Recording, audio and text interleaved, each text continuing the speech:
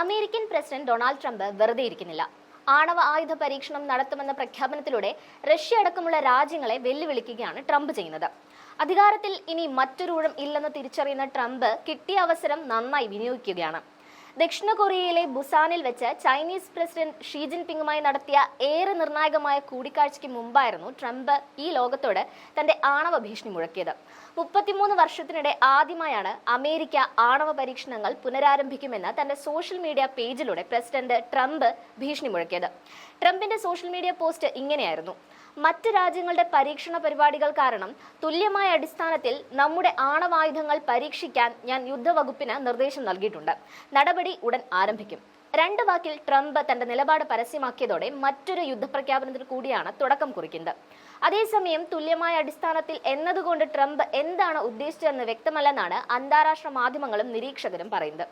യഥാർത്ഥ ആണവ പരീക്ഷണം നടത്താതെ അമേരിക്കൻ മിസൈലുകളുടെയോ കടലിനടിയിലെ ആണവ ശേഖരങ്ങളുടെയോ ശക്തി പ്രദർശിപ്പിക്കുകയാകാം ട്രംപ് ഉദ്ദേശിച്ചതെന്നാണ് ഇവർ അനുമാനിക്കുന്നത്. ചൈന തങ്ങളുടെ ആണവായുധ ശേഖരം വർദ്ധിപ്പിക്കുന്നുണ്ടെങ്കിലും 1996 ശേഷം ആണവായുധം പരീക്ഷിച്ചിട്ടില്ല. അതേസമയം ട്രംപിനെ ഇപ്പോൾ പ്രകോപിപ്പിച്ചിരിക്കുന്നത് പുടിന്റെ റഷ്യയാണെന്ന് വ്യക്തമാണ്. ആണവശേഷിയുള്ള ക്രൂയിസ് മിസൈലായ ബുറേവസ്നിക്, ആണവശക്തിയുള്ള അണ്ടർ വാട്ടർ ഡ്രോണായ പോസിഡോൺ എന്നിവ റഷ്യ അടുത്തിടെ വിജയകരമായി പരീക്ഷിച്ചത് ലോകം കണ്ടതാണ്. ഇതിനു തൊട്ടു പിന്നാലെയാണ് ട്രംപിന്റെ സോഷ്യൽ മീഡിയ പോസ്റ്റ് വന്നതെന്നാണ് ശ്രദ്ധേയം.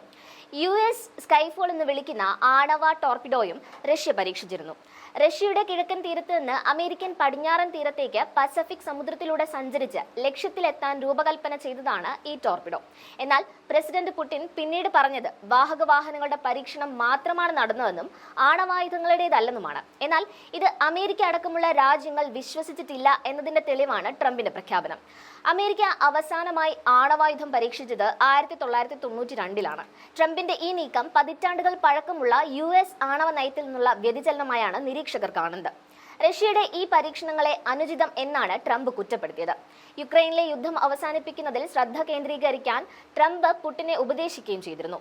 ട്രംപിന്റെ സഖ്യകക്ഷികളിൽ ചിലരും മുൻ ഉദ്യോഗസ്ഥരും രാജ്യം പുതിയ ആണവ പരീക്ഷണങ്ങൾ പുനരാരംഭിക്കണമെന്ന് ആവശ്യപ്പെടുന്നുണ്ട്. ചൈനയുടെയും റഷ്യയുടെയും ഭീഷണിയെ മറികടക്കാൻ എന്നാണ് അവർ പറയുന്ന ന്യായം. ദക്ഷിണ കൊറിയയിലെ ബുസാനിൽ വെച്ച് നടന്ന കൂടിക്കാഴ്ച അമേരിക്കയ്ക്കും ചൈനയ്ക്കുമിടയിൽ മാസങ്ങളായി നിലനിന്നിരുന്ന വ്യാപാര തർക്കങ്ങൾ അവസാനിപ്പിക്കാനുള്ള നിർണായക നീക്കമായി ലോകം ഉറ്റുനോക്കിയ ഒന്നായിരുന്നു. ട്രംപിന്റെ 2ാം ഊഴത്തിൽ ചൈനീസ് പ്രസിഡന്റുമായുള്ള ആദ്യത്തെ നേരിട്ടുള്ള കൂടിക്കാഴ്ച കൂടിയാണിത്.